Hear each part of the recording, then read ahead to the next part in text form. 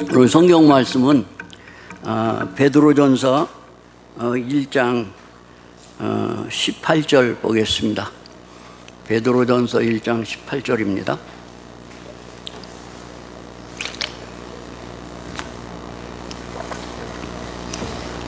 제가 읽겠습니다. 너희가 알거니와 너희 조상의 유전한 망령된 행실에서 구속된 것은 그 은이나 금같이 없어질 것으로 한 것이 아니요 오직 흠 없고 혐 없는 어린 양 같은 그리스도의 보배로운 피로 한 것이니라. 23절 너희가 거듭난 것이 썩어질 씨로 된 것이 아니요 썩지 아니할 씨로 된 것이니 하나님은 살아있고 항상 있는 말씀으로 되었느니라. 그 말씀에 은혜 되시기 바랍니다. 이제 그 사람도 나이가 먹으니까 자꾸만 좋아지는 일만 나타나는 게 아니라 자꾸만 문제만 생기고요. 그리고 여러 가지로 어려운 일만 생기는 것 같아요. 그래서 제가 말씀을 전하면서 물을 자주 먹을 수 있을 수도 있습니다. 이해를 좀 해주시고, 왜 그러냐면 갑상선 문제 때문에 이게 침이 말라서 물을 이렇게 먹어야 되는 경우가 있으니까 이해를 좀 해주시고요. 그러면서 같이 기도하는 마음으로 오늘 예배를 시작하도록 하겠습니다. 저는 이렇게 살아가면서 늘 생각하는 게 하나 있는데, 그게 뭐냐면 참 너무한다. 뭐하냐면 해도 너무한다. 그렇게 이야기를 합니다. 왜 그러냐면 그래도 70을 넘겨 살았는데 이 정도 살았으면 늘 말씀도 듣고 늘 기도도 하고 성경도 보고 그렇게 해서 여기까지 왔으면 이제는 좀 제가 기대를 하는 거예요. 이제는 좀 조금이라도 좀 나아진 부분, 좋아진 부분들이 저에게 보여주면 제가 얼마나 좋겠어요. 그런데 이게 가면 갈수록 제가 이게 고백하는 게 뭐냐면 정말 너무한다. 해도 너무해. 왜 그러냐면 이게 하나도 나에게서 나오는 것이 하나도 나에게 쉼이 될 수 있는 부분이 하나도 없고, 모두 다 폭풍 같은 것이고, 모두 다가 그 바닷가에 막 그 험하게 불어닥치는 파도 같은 것밖에는 저에게서 나타나는 게 없는 거, 그런 걸 봅니다. 그러면서 제가 이야기하기를, 주여 정말 해도 너무합니다. 주님이 아니라 납니다. 내가 해도 너무해. 왜 이렇게 안 변할 거예요? 내 마음은 변해서 좀 주님 앞에 이렇다고, 여러분 앞에 오늘 설교하러 나왔는데 잘 됐잖아요. 왜 그러냐면 나와가지고 나 이렇게 변했다고, 나는 이런 모습으로 살아간다고 그렇게 말을 하고 싶은데 그럴 건덕지가 하나도 없는 거예요. 그냥 내가 할 수 있는 말이라고 하는 건 정말 해도 너무한다. 왜 이렇게 이런 모습일까? 이렇게 생각을 하는 거예요. 근데 예수님이 하나님이셨는데 육신의 모습을 입고 사람의 모습으로 이 땅에 오셨어요. 이 땅에 오셨는데 그 사람의 모습이 가르쳐서 말씀하는 게 뭐라고 말하냐면 죄 있는 육신의 모습으로 오셨다, 이렇게 이야기를 합니다. 갈라디아서는 저주 가운데 오셨다. 예수님이 오신 게 저주 가운데 오셨대요. 그런데 그 말을 가만히 깊이 있게 생각을 하면 예수님이 사실은 저와 여러분에게 오셨거든요. 그렇죠? 그런데 예수님의 목적지가 어디라고 말하냐면 정말 죄 있는 육신, 저주 가운데, 그 가운데 있는 게 우리의 모습이라고, 그래서 예수님이 그 모습으로 우리 가운데 오셨다고 그렇게 말씀을 하고 있어요. 그러나 이 말씀 속에서 제가 위로받을 수 있는 크나큰 비밀이 하나 있어요. 그게 뭐냐면 예수님이 말씀이셨는데 그분이 사람의 모습을 입고 이 땅 위에 오셨는데, 그래서 이 땅 위에 오셔서 저와 여러분들의 모든 죄와 불법을 위해서 주님이 십자가에서 죽어주셨어요.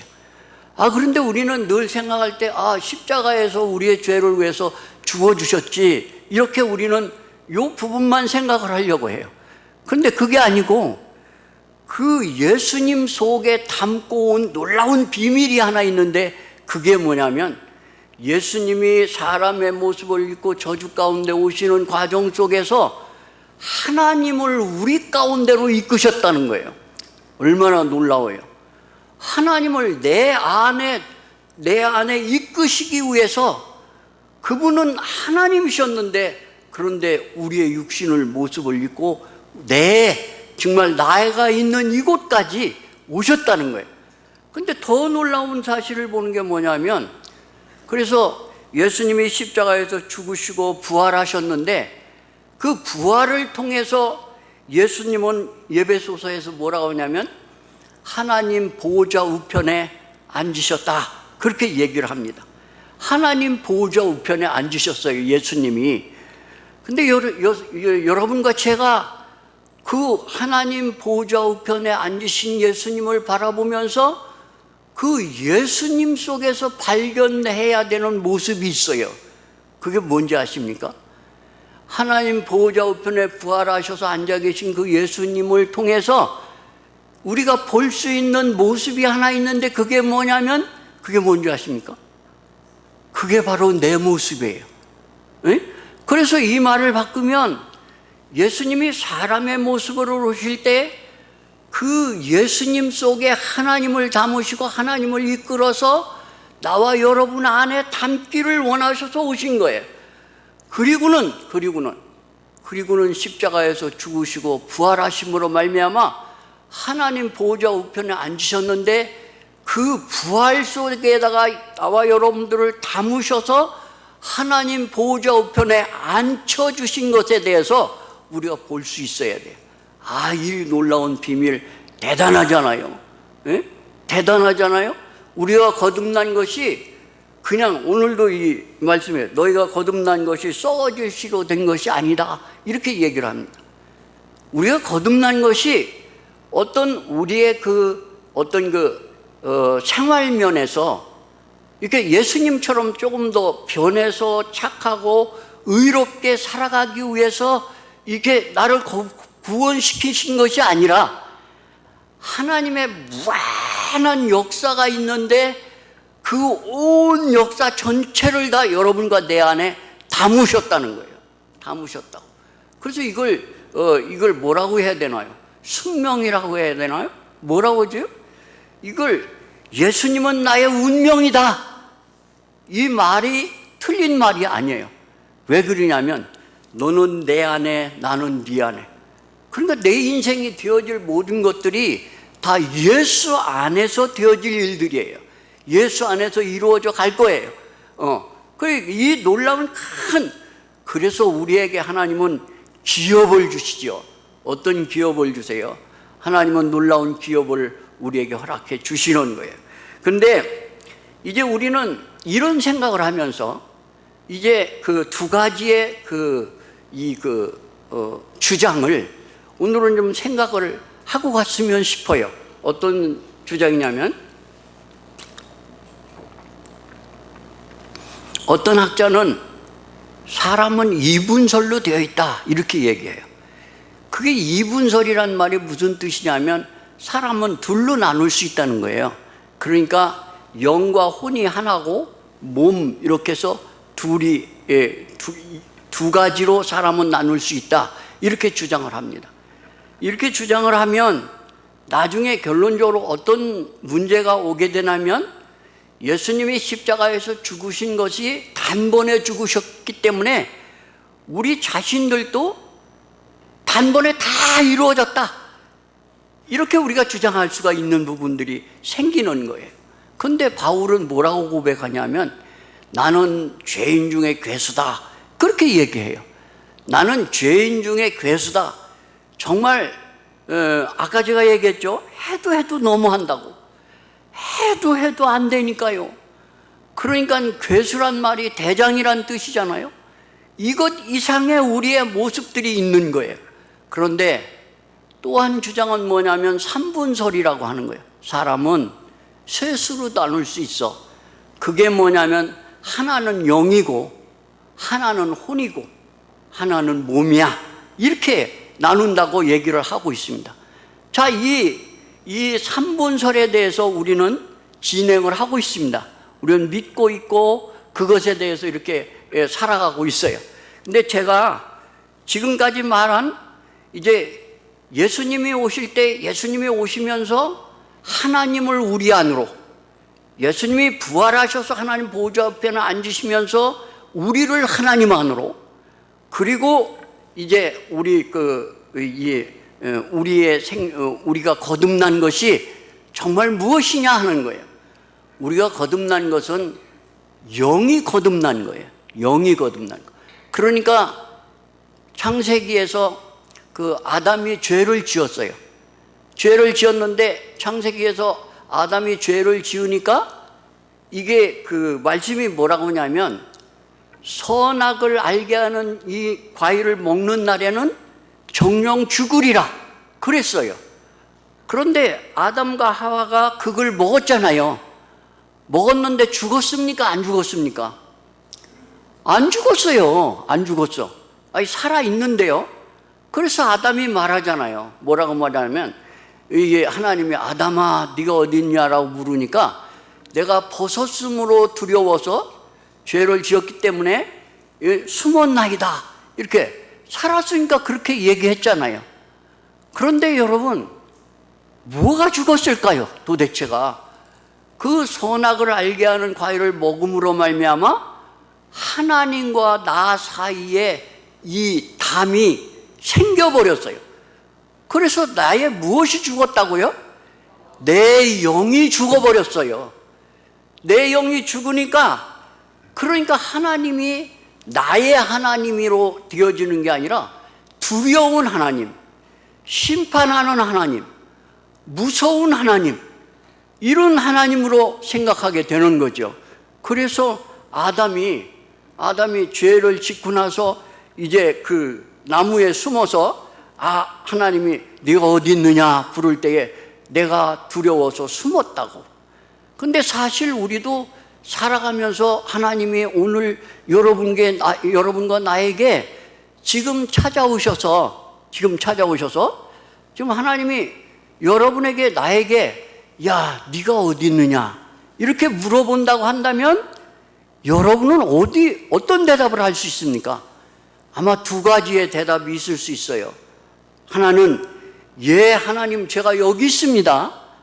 이렇게 강하고 담대하게 하나님께 뭔가 속을 들여서 말할 수 있는 그런 대답이 있을 수 있고, 하나는 정말 하나님은 두려운 하나님이기 때문에 내가 내 죄 때문에 내가 죄로 말미암아 두려워서 내가 여기 숨었다고. 그 아담의 대답이 창세기에 있는 아담의 대답이 아니라 오늘 우리가 하고 있는 모든 대답들이 그 대답인 거예요. 그래서 아담이란 말이 사람이란 뜻이잖아요. 계속해서 사람은 그렇게 말할 수밖에 없는 것을 볼 수가 있어요. 그런데 여기서 한 그림을 비춰주는데 그게 어떤 그림이냐면 하나님께서 아담에게 이제 아담이 죄를 지어서 부끄러운 수치가 드러나니까 한 일이 있죠. 무슨 일을 하냐면 무화과 나뭇잎을 엮어서 옷을 해 입는 거예요. 이 부끄러운 수치를 가리려고요. 여러분, 우리가 살아가는 모든 삶 속에서 모든 도덕이나 배움이나 종교나 모든 것들이 무슨 일을 하고 있습니까? 그 모든 일들이 다 나의 수치를 가리기 위해서 정말 아담이 나뭇잎으로 옷을 해 입은 것처럼 그렇게 우리들의 모든 방법을 다 써서 우리의 수치를 가리려고 해요. 그래서 우리는 이 옷이라는 개념이 이렇게 창세기 여기에서부터 시작하고 있습니다. 그래서 우리가 옷을 안 입으면 밖에 못 나가요. 그렇죠? 예? 그것도 좋은 옷을 입어야 돼요. 그래서 여러분들 장롱석에나 우리 집 장롱에도 옷이 많아요. 그래서 오늘 아침에도 제가 무슨 옷을 입고 갈까 그렇게 생각을 하다가 제가 생각한 게 뭐냐면 항상 입던 옷이 제일 좋지. 그래서 항상 입던 옷 입고 왔어요. 근데 우리는 모든 옷을 입으면서 이게 옷을 입고 여러분 만족하셨습니까?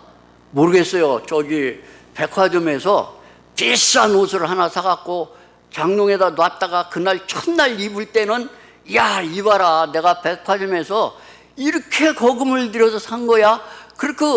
그게 여러분에게 어떤 가림이 될 수는 잠시 동안 있을 수는 있겠어요.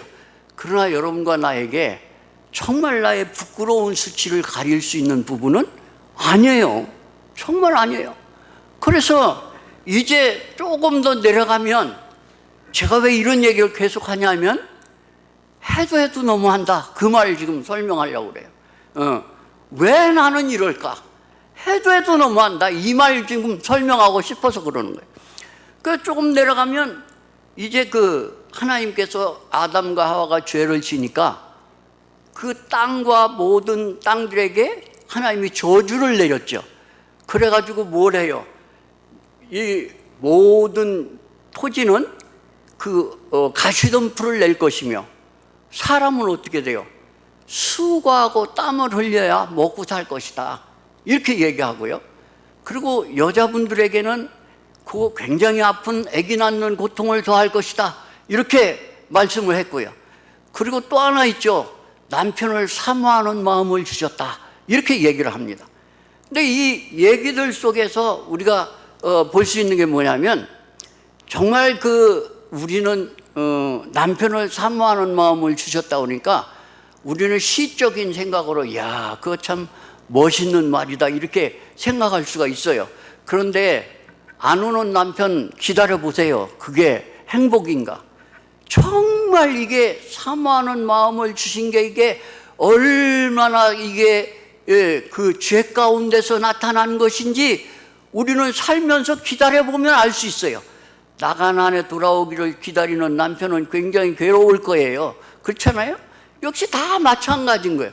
자, 이런데 여기까지도 조금 이해가요. 그런 대로.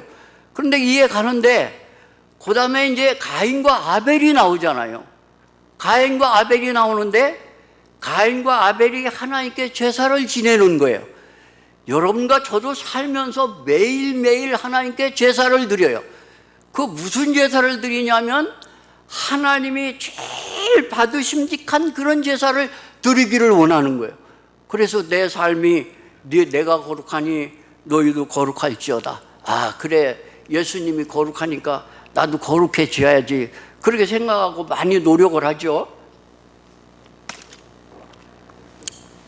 노력을 하는데, 그런데 이게 뭡니까? 하나님께서 가인의 제사는 받지 아니하시고 아벨의 제사를 받았어요. 그러면 제가 보는 입장에서는 하나님이 조금 생각을 잘못하신 거예요. 왜 그러냐면 가인은 최선을 다한 거예요. 왜 최선을 다했냐면 농사를 짓는다고 하는 거는 그렇게 쉬운 일이 아니고 만만한 일이 아니에요. 서울에 사는 사람들이 굉장한 향수를 가지고 시골 가서 농사를 지면서 나이가 먹으면 가서 살아야지, 그거 멋있는 생각 같죠. 근데 가서 한번 해봐요. 그게 얼마나 힘든가. 말도 못하게 힘드는 거예요. 그거 말도 못하게 힘드는 자기의 모든 것을 다 들여서, 지금 제가 얘기하고 있는 말 속에는 뼈가 있어요. 어떤 뼈가 있냐면 영이냐 혼이냐에 대한 고얘기 하려고 그러는 거예요. 그러니까 이 땅의 소산을 가지고 하나님께 정성을 다해서 다 제사를 드렸는데, 그런데 하나님이 야, 참 수고했다, 얼마나 수고했냐 하고 얼른 받으셨더라면 그러면 얼마나 좋았겠어요. 그런데 안 받으셨어요. 그런데 받은 거 하나 있는데 그게 뭐냐면 아벨의 제사예요. 아벨의 제사는 그렇게 땀 흘리고 그렇게 농사 짓는 것처럼 수고하지 않았지만 양의 새끼를 갖다가 잡아서 기름과 그 제물을 하나님께 드렸어요. 그랬더니 하나님이 그 제물을 받으셨어요. 여러분, 제가 이 얘기 속에서 우리가 구분하고 넘어가자고 하는 한 가지가 분명하게 있어요. 뭐이냐면 나라고 하는 자신 속에서 나온 것은 다 하나님이 받을 수 있는 것이 아니라 하나님이 버리라고 하는 거예요. 전부 다. 이게밖에 없어요. 그런데 아까 영이 죽었다고 그랬잖아요. 한 마리의 양이 죽어서 가죽 옷을 해 입을 때 그때 영이 살아나는 거예요. 영이 살아나. 그래서 이 성경은 말해주는 게 뭐냐면 위치상의 문제예요. 그러니까 믿음이란 뭐냐?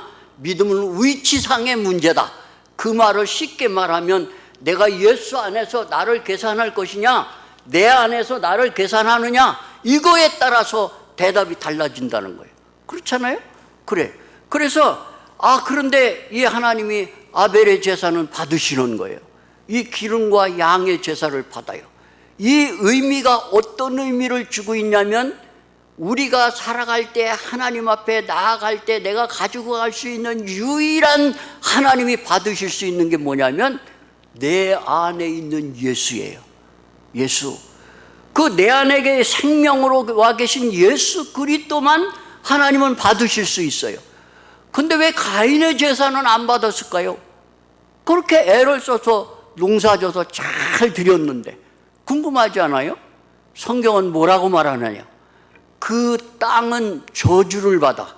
그렇죠? 가시덤불을 낼 것이며, 그러니까 땅의 소산의 모든 것들은 다 가시덤불의 열매예요. 그렇죠? 그 저주 가운데 있는 거예요. 죄 가운데 있는 거. 그러니까 우리가 하나님 앞에 드리고 살고 나가는 모든 비전 속의 빛이라고 하는 게 뭐냐면 주님의 그래서 요한복음 4장에서 그 말 한 것 같아요.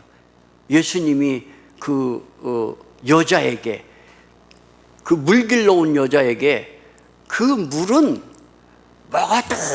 먹어도 목마르려니와 내가 주는 물은 영원히 목마르지 않을 것이다. 이 말이 오늘 우리에게 하는 말이에요. 네가 주장하고 있는 너 자신이라고 하는 것은 먹어도 목말라. 먹어도. 여러분, 자식들 낳고 기대하잖아요. 저도 자식이 있어요. 그래서 기대하겠습니까? 안 하겠습니까? 나름 기대하겠죠. 근데 요 얘기에 대해서 제가 대답할 수 있는 말은 뭘 대답할 수 있냐면 자식은 애물단지다. 그 말밖에 할 말이 없어요. 전부 다 이게 부모에게 아픔을 주는 것 뿐이지 자식이 이게 무슨 나를 자유케 하는 게 전혀 없는 거예요. 그러니까 분명하게 우리가 구분을 좀 해야 되는 게 있는데 뭐냐면 무엇이 믿음으로 사는 것이냐에 대한 그 내용을 우리는 가져야 되는 거예요. 그 내용이 뭐냐면 내가 주는 물은 영원히 목마르지 않는 이 떡을 먹는 자는 정말 예수 그리스도만이 우리에게 영원한 삶의 소망이라고 하는 거예요. 그래서 이제 또 조금 내려가면 이제는 노아 방주가 나오잖아요. 근데 노아 방주가 나오기 전에 뭐라고 하냐면 하나님의 아들들이 사람의 딸들과 결혼해서, 그런데 그 다음에 더 무서운 말 있죠. 뭐라고 말하냐면 내가 사람 되었음을 한탄했다. 내가 사람 되었음을 한탄했다. 그 말 이해 가십니까, 여러분? 복음 안에서 내가 살아가면서 나를 의지해 본 사람은 그 말 이해 가요. 제가 얘기했죠. 해도 너무한다고. 응? 해도 너무한다고.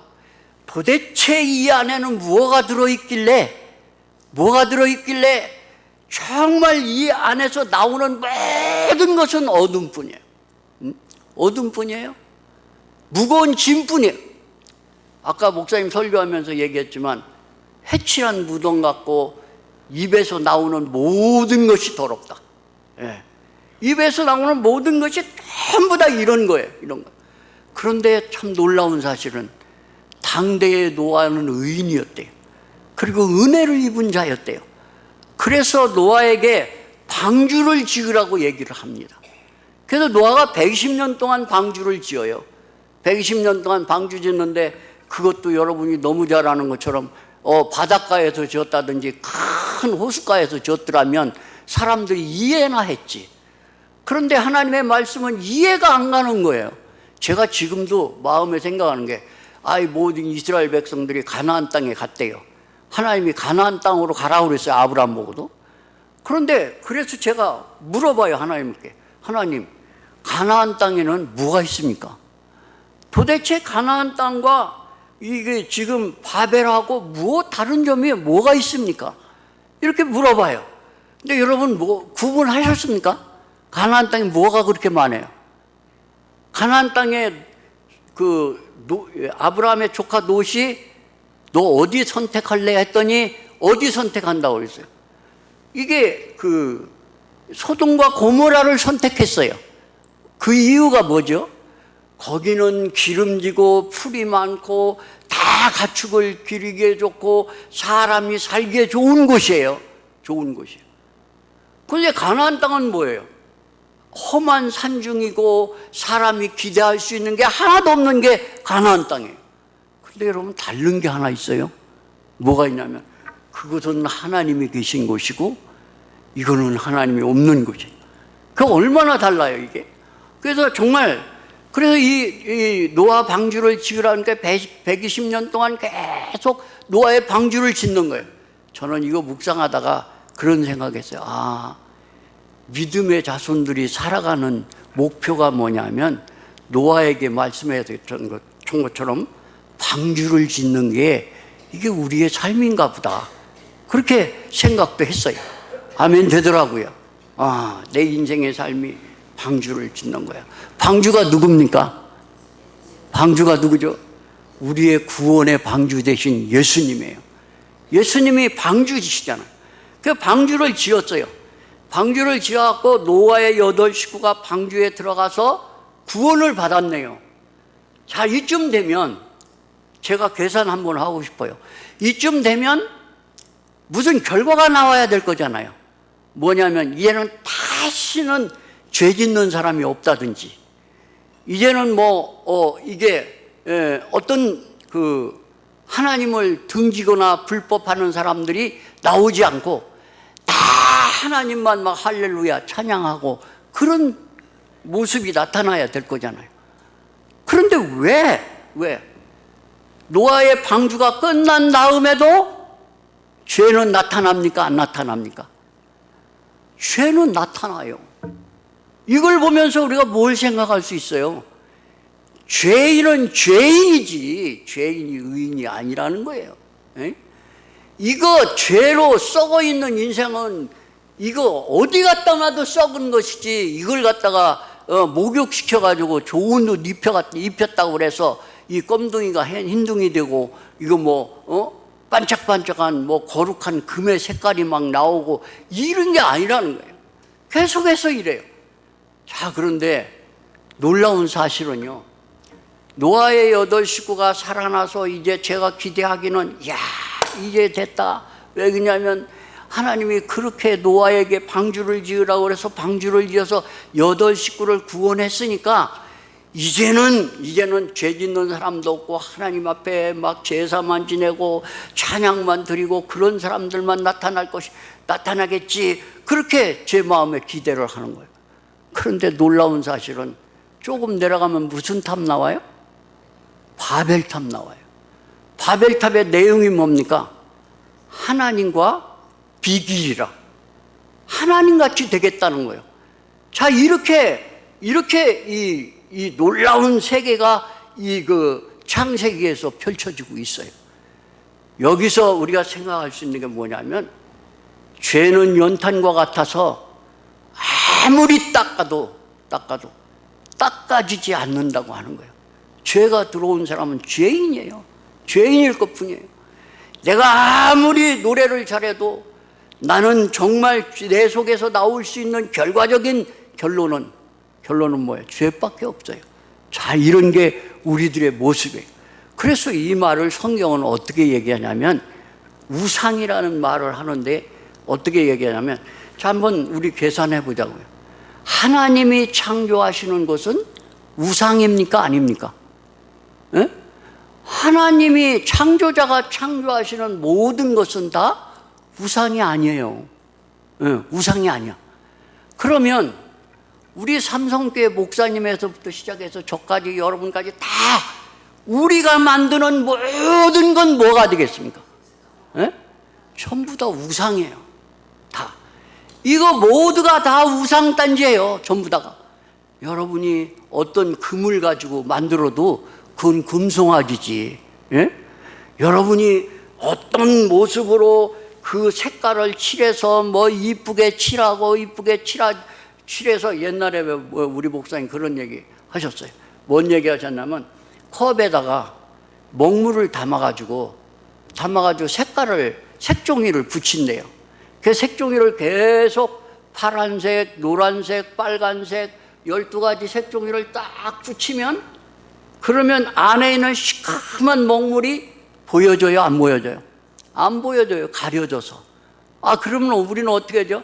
야, 멋있다, 이쁘다 그렇게 생각하고 이걸 갖다가 안방에 갖다 놓으려고 해요. 그러죠? 가장 보기 좋은 곳에 갖다 놓으려고 해요. 그런데 문제가 하나 있는데 그게 뭐냐면 이 유리컵이다 보니까 습기가 차면 거기에 붙어있는 모든 색깔은 어떻게 되겠습니까? 습기가 차면 여기에 붙어있는 모든 색깔은 다 떨어지게 돼 있어요. 그 말이 무슨 얘기냐면 우리가 공부를 아무리 서울대학교까지 다 나왔어도 그게 빨간 종이라고 해도 환경이 변하면 다 떨어지는 거예요.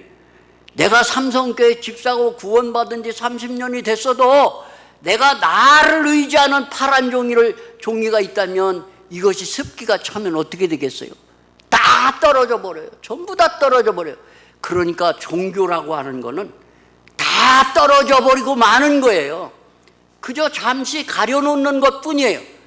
이게 다 떨어지니까 이 안에 뭐가 들었어요? 시커먼 먹물밖에 없어요.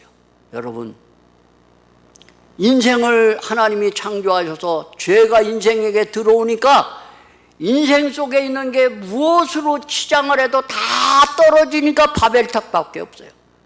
바벨탑밖에 안 나와요. 하나님과 비길이라. 하나님을 향해서 싸우겠다는 거예요. 내가 하나님 되겠다는 거예요. 이게 성경상의 내용이에요. 그래서 하나님이 한 일이 있죠. 뭘 얘기를 하냐면 성경의 창세기는 큰 두 가지 흐름이 있어요. 하나는 창조가 있고 하나는 부르심이 있어요. 그래서 이 창조는 실패를 했고 그래서 부르심으로 아브라함을 부르시는 거예요. 아브라함이 어디서 불러요? 바벨에서 불러요. 우상단지 그 우상 쪽에서 아브라함을 부르시게 되는 거예요.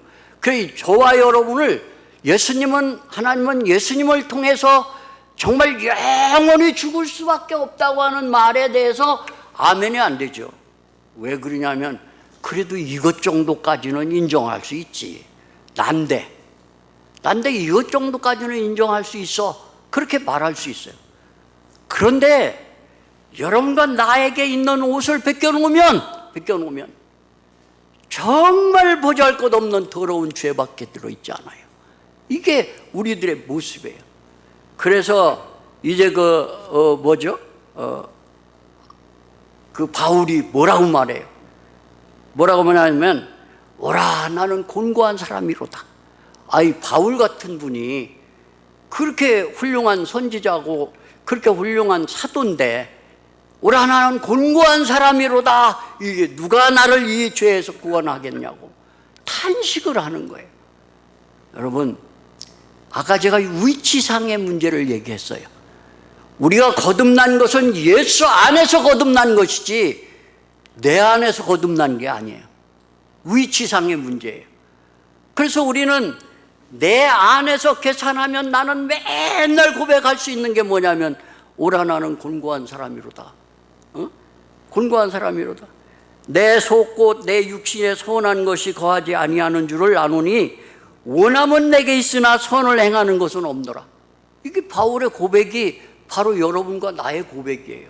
이게 될 수밖에 없어요. 그래서 이게 계속해서 내 속사람으로는 하나님의 법을 즐거워하되 내 지체 속에 있는 한 다른 법이 내 마음의 법과 싸워 내 지체 속에 있는 죄의 법 아래로 나를 사로잡아 오는도다. 정말 우리의 삶 속에서 나를 바라보고 사는 모든 사람의 삶은 죄 가운데로 다 이끌어가요. 그래서 죄 안에 나타날 수밖에 없어요. 그런데 저는 이 로마서를 보면서 8장 1절에서 깜짝 놀래요. 왜 깜짝 놀라냐면 위치상의 변화를 말해요. 어떻게 위치가 변하냐면 그러므로, 그렇기 때문에 인간의 믿음이라고 하는 게 사람에게서 나오는 게 아니라 예수 그리스도께서 해놓으신 것이기 때문에, 그렇기 때문에 그러므로 이제 그리스도 예수 안에 있는 자에게는 결코 뭐가 없다고요? 정죄함이 없다. 위치상의 문제예요. 내가 예수 안에 있으면 믿음의 주여 온전케 하신 이 예수를 바라보자. 그 예수를 바라보면 예수님이 저와 여러분에게 모든 생활 속에서 내가 해야 되는 대답을 다 해줄 수 있어요. 내가 생활이 너무 어려워서 눈물을 펑펑 흘리고 있으면서 주여, 구원받았다가는 인생이 왜 요 모양인가? 정말 하나님은 겨우 나를 요거까지 하려고 그렇게 나를 구원시키셨는가? 이렇게 여러 가지로 생각할 수가 있어요. 제가 그랬으니까요. 제가 교도소에 가서 밥 먹으면서 그랬어요. 하나님, 나를 구원시키더니 겨우 교도소 보내고, 그리고 교도소 안에서 보리밥 먹게 하려고 그러셨습니까? 굉장히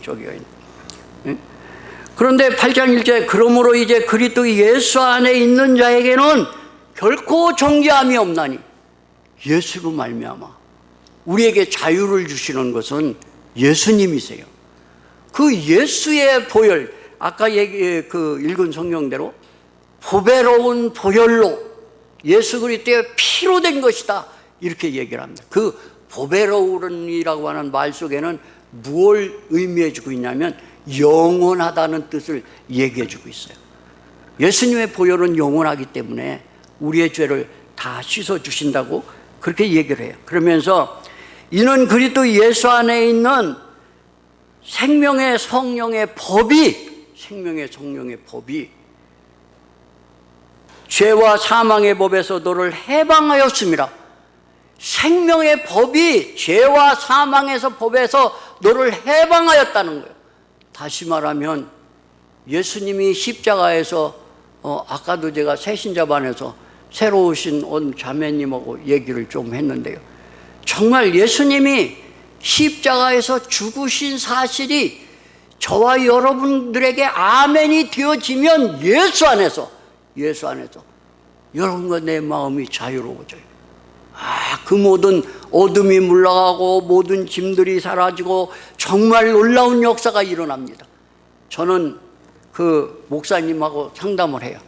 목사님이, 이제 정 목사님이 로마서를 가지고 쭉 얘기하면서 하는 말이 뭐냐면, 다 모든 사람은 죄인이야, 한 사람도 의인이 없어. 그러면서 쭉 얘기하면서 예수님이 우리의 죄를 다 위해서 십자가에서 죽어주셨다고.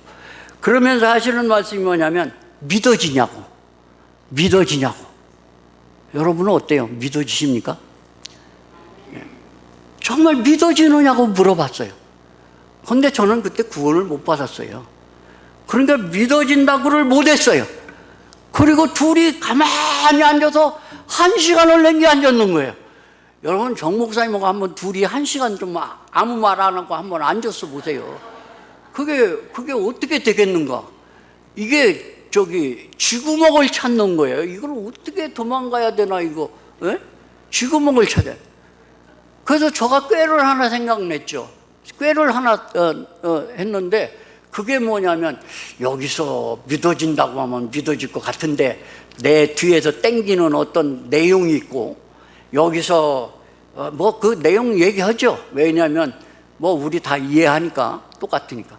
제가 회사 생활을 했는데 그때 당시에 저 비료 공장에 비료백 납품을 하러 다녔어요. 납품을 하러 다니니까 회사에서 봉투를 두둑하게 줘요. 왜 그러냐면, 가서 요거 빠꾸 맞지 말고 납품하고 오라고.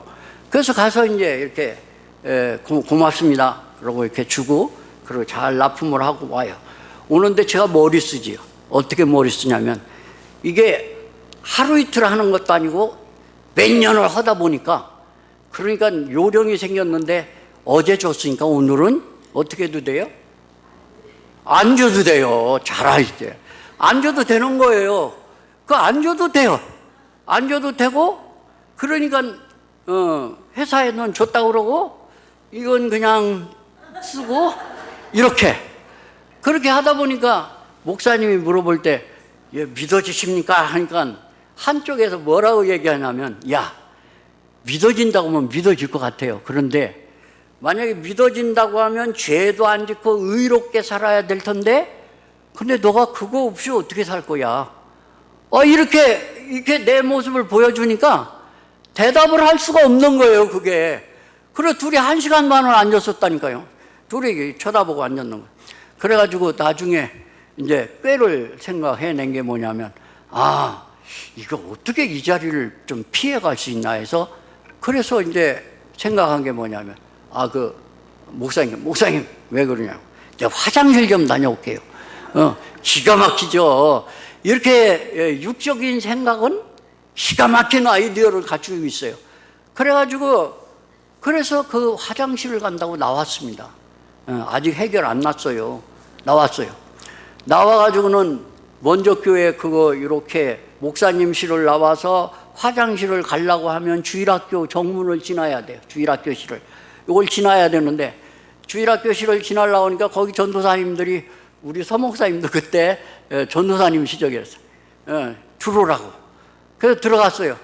들어갔더니, 왜 다 믿어지는데 안 믿어진다고 그러냐고. 그러면서 막 공박을 하는 거예요. 그런데요, 놀라운 역사가 일어났어요. 어떤 역사냐면, 그런 말을 듣고 있는 순간에 내 마음속에 마태복음 11장 28절에 있는 무거운 짐 지고 수고하는 자들아 다 내게 오라, 내가 너희를 편히 쉬게 하리라. 이 말씀이 딱 생각이 나면서 내 속에 있는 모든 죄의 문제가 다 해결되어 버리더라고요. 그래서 제가 한 말이 있죠. 이럴 수가. 여러분, 거듭나는 것은요, 만드는 것이 아니에요. 주님이 이렇게 확실하게 우리들 마음속에 확실하게 우리에게 허락을 해 주시는 것을 볼 수가 있어요. 정말 그래요. 그래서 이제 그렇게 해서 구원의 확신을 가졌는데, 참 우리를 구원한 것은 보배로운 피로 한 것이고, 썩지 않고 쇠하지 아니하는, 썩는 건 뭐예요? 변하는 것이잖아요. 쇠하지 아니하는 거, 아니하는 하나님의 말씀으로 되었느니라. 하나님의 말씀으로 우리를 구원했다고 말씀을 하고 있습니다. 그런데 로마서 6장에서 보면 이렇게 얘기해요. 3절에서 보면, 무릇 그리스도 예수와 합하여 세례를 받은 우리는 그의 죽으심과 합하여 세례를 받은 줄을 알지 못하느냐. 너희가 세례 받은 게 뭔지 알아? 세례 받은 게. 여러분 세례 다 받으셨죠? 그 세례를 뜻도 모르고 받는 사람도 있고, 남들이 하니까 받아야지 하고 욕심스럽게 받는 사람도 있어요. 그런데 세례의 뜻이 뭐냐면 여기 얘기했죠. 우리는 그의 죽으심과 합하여 세례를 받은 줄을 알지 못하느냐. 세례 받은 게 뭔지 알아? 네가 죽은 거야. 죽은 거. 어디서 죽었어요? 예수 안에서 죽었다는 거예요. 예수 안에서 죽었어요. 왜 죽어야 하죠? 아까 바벨탑까지 제가 쭉 설명을 했어요. 아무리 닦아도 닦아지지 않는다니까요. 예? 아무리 치장을 시켜도 예뻐지지 않는다니까요. 그저 죄는 죄일 것뿐이에요. 그런 나를 씻어도 안 되고 말로도 안 되고 돈으로도 안 되고 소리를 질러도 안 되고 전혀 방법이 없는 거예요. 그러니까 예수님이 오셔서 저와 여러분들을 예수님 안에 안으시고, 그리고는 십자가에 가셨어요.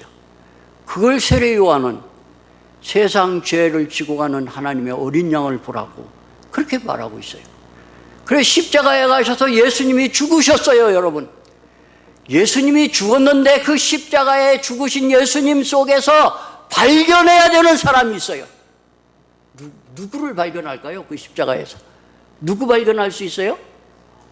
내가 있어야 돼요. 그 십자가 안에 내가 있어야 돼요. 아, 예수님이 죽으신 게 나 때문이야. 나야. 그 속에 죽은 게. 이렇게 얘기하라는 거예요. 그러면서 또 얘기하는 게 뭐냐면, 그러므로 우리가 그의 죽으심과 합하여 세례를 받음으로 그와 함께 장사되었나니, 무덤에 들어가셨는데 그냥 들어가신 게 아니라 그와 함께, 우리 함께 들어갔대요. 되었나니 이는 아버지 영광으로 말미암아 그리스도를 죽은 자 가운데 살리심과 같이 우리로 또한 새 생명 가운데서 무하게 하려 한다? 행하게 하려 한다. 우리가 예수로 사는 것은 예수 안에서 죽고 예수 안에서 산 그 부활의 생명으로 사는 게 예수 안에 사는 거예요. 그래서 아까 제가 위치적인 구원이라고 했어요. 우리가 살아가면서 위치적인 거예요. 예수 안에 있으면 언제든지 나는 감사한 사람이 돼요. 예수 안에 있으면 나는 부유한 사람이 돼요. 예수 안에 있으면 나는 하나님의 무한한 그 기업을 받을 수가 있어요. 하나님이 말씀하세요. 걱정하지 말라고, 두려워하지 말라, 걱정하지 말라고, 내가 너와 함께함이라. 이 말보다 더 대단한 말이 어디 있어요? 정말 하나님이 나와 함께 하신다는데. 그래서 저기 고린도전서는 너희 마음이 하나님의 전인 것을 알지 못하느냐, 그렇게 말해요. 구원을 시킨 것은 구원의 전부가 아니라 구원은 하나님의 기업을 주기 위해서 우리 속에 있는 죄라고 하는 걸 처리해 주는 거예요. 처리해 주시고 하나님이 내 안에 교회의 머리로, 왕으로 와 계셔서, 그래서 계속 하나님의 말씀으로 살아가게 하는 거예요. 그래서 만일, 이제 5절에 만일 우리가 그의 죽으심을 본받아 연합한 자가 되었으면 또한 그의 부활을 본받아 연합한 자가 되리라. 연합한 자, 합혀졌다는 거예요. 예수님과. 그럼 우리가 알거니와 우리 옛사람이 예수와 함께 십자가에 못 박힌 것은 죄의 몸이 멸하여 다시는 우리가 죄에게 종로로 타지 아니하려 함이니라. 죄에게 종로로 타지 않게 하기 위해서 예수님이 십자가에서 죽어주셨대요. 왜 우리가 죽어야 되는지 아십니까? 왜 우리가 포기돼야 되는지 아십니까? 정말 내가 예수 안에서 죽었기 때문이에요. 내가 죽으려고 노력해 보세요. 죽어지는가? 안 죽어져요. 더 살아나요. 아, 참아야지. 근데 눈꼬리는 돌아가요. 그러면서 참아야지. 뭐냐면, 야, 네가 나한테 그렇게 할 수 있어? 참아야지. 사랑을 베풀어야지. 그런데 눈꼬리는 돌아가요. 이게 우리들의 마음이에요. 근데 놀라운 역사는 예수 안에 돌아가면 무서운 놀라운 비밀이 여러분과 나에게 나타나요. 정말 그것이 나는 십자가에서 죽었다고 하는 사실이 아멘 되어진단 말이에요. 예. 그래서 자유케 되어지는 거예요.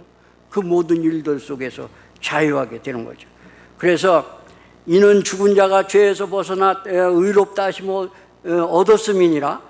만일 우리가 그리스도와 함께 죽었으면 또한 그와 함께 살 줄을 믿노니 이는 그리스도께서 죽은 자 가운데서 살아나셨음에 다시 죽지 아니하시고 사망이 그를 주장하지 못할 줄 알미라. 그의 죽으심은 죄에 대하여 단번에 죽으심이요. 이게 살려놔서는 안 되니까 죽어야 돼요. 예수 안에서. 그의 죽으심은 죄에 대하여 단번에 죽으시며 그의 살으심은 하나님께 대하여 살으심이니. 아까 제가 얘기했죠. 예수님이 오실 때 하나님을 우리 안으로, 그분이 부활하심으로 말미암아 우리를 하나님 안으로 이끄셨다고. 정말 그래요. 그래서 하나님께 대하여 살으십니다. 이와 같이 너희도 너희 자신을 죄에 대하여는 죽은 자요.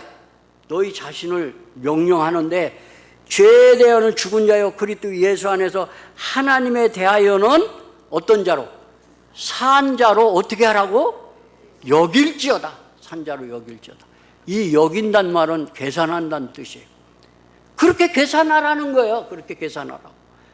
그렇게 계산하라는 거예요. 왜 그러냐면 그것이 사실이기 때문에 그렇게 계산하라고 말씀을 하고 있습니다. 정말 예수 믿는 것은요, 그냥 행위적으로 조금 내가 어떻게 해서 되어지는 그런 것이 아니에요. 예수 믿는 것은 생명적인 원리예요. 이 생명으로 사는 거예요.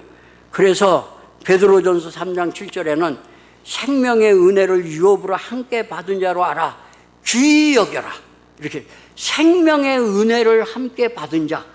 그러니까 이 베드로전서에서 은혜에 대해서 세 가지로 말을 하는데 어떻게 말을 하냐면 3장 7절에는 생명의 은혜를 말해요. 그리고 베드로전서 1장 2절에서는 하나님의 평강이 너에게 더욱 넘치는 은혜를 말해요. 그리고 5장 10절에서는 모든 은혜를 말해요. 그러니까 우리가 살아가는 모든 삶이 은혜 안에 있다고 하는 거예요. 은혜 안에. 여기서 시간이 지금 많이 가니까 한 가지만 설명하면 생명의 은혜는 은혜를 유업으로 받는 자라고 그러는데 이 생명의 은혜가 뭔지 아십니까? 간단하게 설명하면 우리가 어린아이를 낳으면 무지하게 이뻐요. 그냥 다 이뻐요. 내가 우리 유진이를 되게 좋아해요. 근데 다 이뻐해요. 그런데 왜 이뻐하냐면 왜 이뻐하죠 여러분? 그 아이가 그대로 계속 그대로만 멎어 있다고 하면 여러분이 이뻐할 수 있습니까? 걱정거리입니까? 근심거리입니까?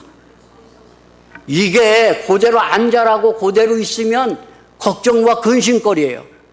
이건 정말 어떻게 할 수가 없어요. 그런데 이 생명의 은혜라고 하는 건 뭐냐면 그 아이가 생명으로 태어났는데 기대를 하는 거예요. 뭘 기대하냐면 이 아이가 잘할 거야. 또 잘할 거야.